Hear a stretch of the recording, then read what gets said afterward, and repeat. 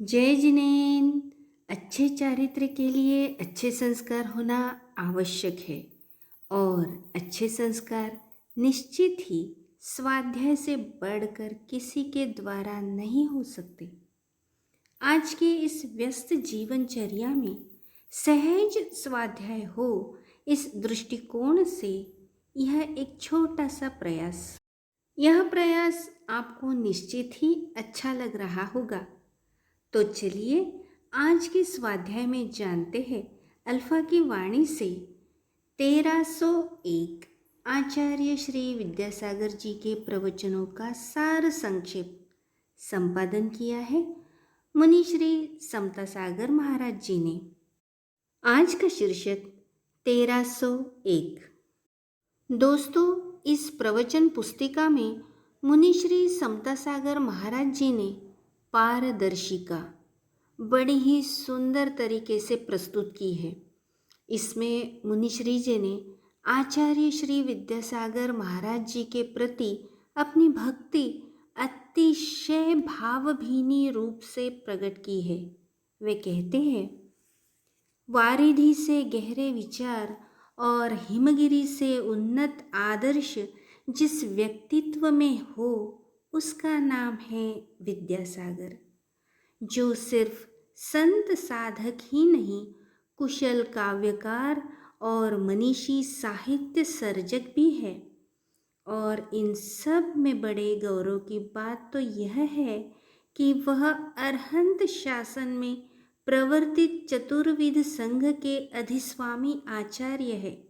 परमेष्ठियों की धर्म पीठिका के जिस तीसरे पद पर वह आसीन है, उससे मुक्ति मार्ग पर बढ़ रहे भव्य जीवों के चरणों को बल मिला है।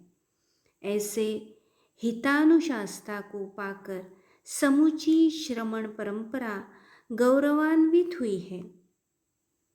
सूर्योदय से सूर्यास्त तक और संध्या वंदन से प्रत्युष वेला तक जिनका पठन पाठन और योग ध्यान चलता रहता है, जो अशन और आसन की चिंताओं से मुक्त, निरीह, निर्भीक और निर्जनता प्रिय दिगंबर यतिराज है, जिनका मन आत्मकेंद्रित ध्रुवधामी पर चरण सर्वत्र सर्वदा अथक अरुक निर्मल नीर की तरह गतिमान है, जिनका कहा गया ही देशना और किया गया मार्ग बन जाता है, जो ग्रंथों के बीच भी निर्ग्रंथ, कवियों में संत और संतों में कवि, जगत को मोहने वाले निराले निर्मोही है। ऐसे सहज शांत धीमान गुरुवर के बारे में कौन क्या कह सकता है।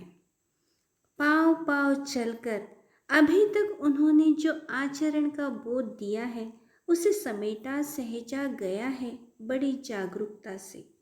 वही समेटी सहेजी गई सामग्री अन्य पुस्तकों के साथ 1301 प्रवचन पुस्तिका के रूप में आपके सामने है। इसमें संकलित किए गए 13 प्रवचन आचार्य श्री की विभिन्न स्थलों पर प्रदत्त कल्याण देशना है। दोस्तों, तो आइए अब सुनते हैं 1301। अभी अभी बोलियां लग रही थी। एक बोली थी 1301, 1301। इस बोली पर सबका चित्त रुकना चाहिए था, पर किसी का चित्त रुका नहीं। सब आगे बढ़ गए। 1301 संख्या सुनकर मैं विचार में पड़ गया। हे आत्मन, जो तेरा है सो वह एक ही है। इस बात को आचार्य कुंद कुंद स्वामी ने कहा है। एगो में सासदो आदा नाण दंसन लक्षणों, सेसा में बाहिरा भावा सव्वे संजोग लक्षणा। ज्ञान दर्शन लक्षण वाला एक आत्मा ही तेरा है।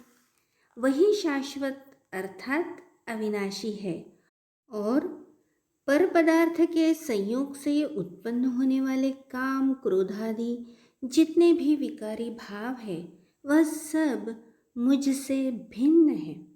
इसी बात को समय सार में भी आचार्य कुंद कुंद स्वामी कहते हैं, अहमिको खलु शुद्धो दंसन नाण मय्यो सदारुवि नवि अत्थि मज्ज किंचीवि अन्नम परमाणु मित्तम्पि। अर्थात ज्ञान दर्शन में तन्मय रहने वाला मैं एक शुद्ध और रूपादि से रहित हूँ। इस ज्ञान दर्शन स्वभावी एक आत्मा को छोड़कर अन्य कुछ भी मेरा परमाणु मात्र भी नहीं है। कितनी सुंदर बात कही है आचार्य महाराज ने। हमारे घर में वैभाविक परिणति का चोर घुसा हुआ है, फिर भी उसे निकालने का हमारा भाव ही नहीं होता। यह कितने आश्चर्य की बात है। इस विकारी भाव को चोर समझकर निकालने का पुरुषार्थ हमें करना चाहिए, तभी हमारा कल्याण होगा। अभी आपके सामने पंडित जी ने राजा भोज के काल में कहारों के भी संस्कृत निष्ठ होने की बात कही थी। तथा न बाधते भारहा बाधती एव बाधते। अर्थात राजन, लकड़ी का भार उतनी बाधा नहीं दे रहा है जितना आपके द्वारा प्रयुक्त बाधती पद बाधा दे रहा है। तात्पर्य यह है कि उस समय के कहार भी संस्कृत का इतना ज्ञान रखते थे कि कौन आत्मनेपदी धातु है और कौन सी धातु परस्मय पदी। राजा भोज का नाम सुनकर मुझे भी उनके जीवन की एक घटना याद आ गई। एक बार राजा भोज बिस्तर में पड़े आराम कर रहे थे। वह कवियों का आदर तो करते ही थे और स्वयं भी कवि थे। नींद खुलने पर उन्होंने काव्य रचना प्रारंभ की। चेतोहरा युवतया स्वजनोनुकूलः सद्बान्धवाः प्रणति गर्भगिरिश्च भृत्याः गर्जन्ति दन्ति निवहास्तरलास्तुरंगाः। ये तीनों चरण राजा भोज बार बार दोहराते, परंतु चौथा चरण नहीं बन पाता। जब बहुत देर हो गई तब उनके पलंग के नीचे छिपा हुआ एक चोर कहता है, सम्मीलने नयनोर नहीं किंचिदस्ति। अर्थात नेत्र बंद होने पर कुछ भी नहीं है। राजा भोज ने जो ही सुना तो बोल उठे, कौन हो तुम? छिपा चोर बाहर निकलकर खड़ा हो गया।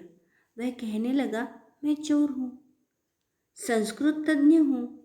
आपका काव्य पूरा नहीं हो पा रहा था, इसीलिए पूरा कर दिया है। चोरी की प्रतीक्षा में बहुत देर से छिपा था, चाहता था कि आपके नेत्र बंद हो, आप निद्रा में निमग्न हो और मेरी चोरी कर अपना काम कर लो। राजा भोज ने उसे धन्यवाद देते हुए कहा कि तुमने मेरे नेत्र खोल दिए हैं। जिन्हें मैं अपना मानकर गर्व कर रहा था वह सब मेरे नहीं हैं। मेरे मरने पर सब यही पड़ा रह जाएगा। तिजोरी और उसकी संपदा कुछ भी तो मृतात्मा के साथ नहीं जाती। धीरे धीरे आयु समाप्त हो रही है, फिर भी आत्म कर्तव्य की ओर मानव का ध्यान नहीं जाता। यह बड़े आश्चर्य की बात है। छह ढाला में कहा है, मोह महामद पियो अनादि भूल आपको भरमतवादी। अर्थात यह जीव अनादिकाल से मोह रूपी मदिरा का पान कर अपने आप को भूलकर शरीर आदि पर पदार्थों को अपना मान रहा है और इसी भूल के कारण चतुर्गति में परिभ्रमण कर रहा है। अतः आप मोह पर प्रहार करो। यदि आप सचमुच ही मोह को नष्ट कर सके तो अंतर मुहूर्त में सर्वज्ञता की प्राप्ति हो जाएगी। सर्वज्ञ होने पर वाणी का अतिशय प्रकट होता है। सर्वज्ञ के वचन त्रिभुवन हितकारी, मधुर और विशद हो जाते हैं। कुंद कुंद स्वामी ने पंचास्तिकाय ग्रंथ के प्रारंभ में इसी भाव को दर्शाने वाला मंगलाचरण किया है। इंद सदवंदियाणम तिहुवणहिद मधुर विसदवक्काणम अंतातीद गुणाणम नमोजिनाणम जित भवाणम। 100 इंद्र जिनकी वंदना करते हैं, जिनके वचन त्रिभुवन हितकारी मधुर और विशद है, तथा जो अनंत गुणों के स्वामी हैं, उन जिनेन्द्र भगवान अरहंत परमेष्टि को मेरा नमस्कार हो।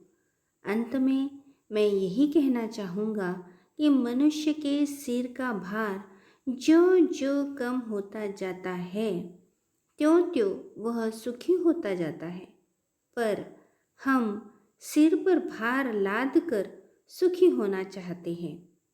यह कैसी विचित्रता है हमारे विचारों में। लक्ष्य बनाओ भार उतारने का, बढ़ाने का नहीं, और यह तभी हो सकता है जब आप याद रखोगे 1301। जो 13 है वह एक आत्म तत्व ही है। तो बोलिए महावीर भगवान की जय।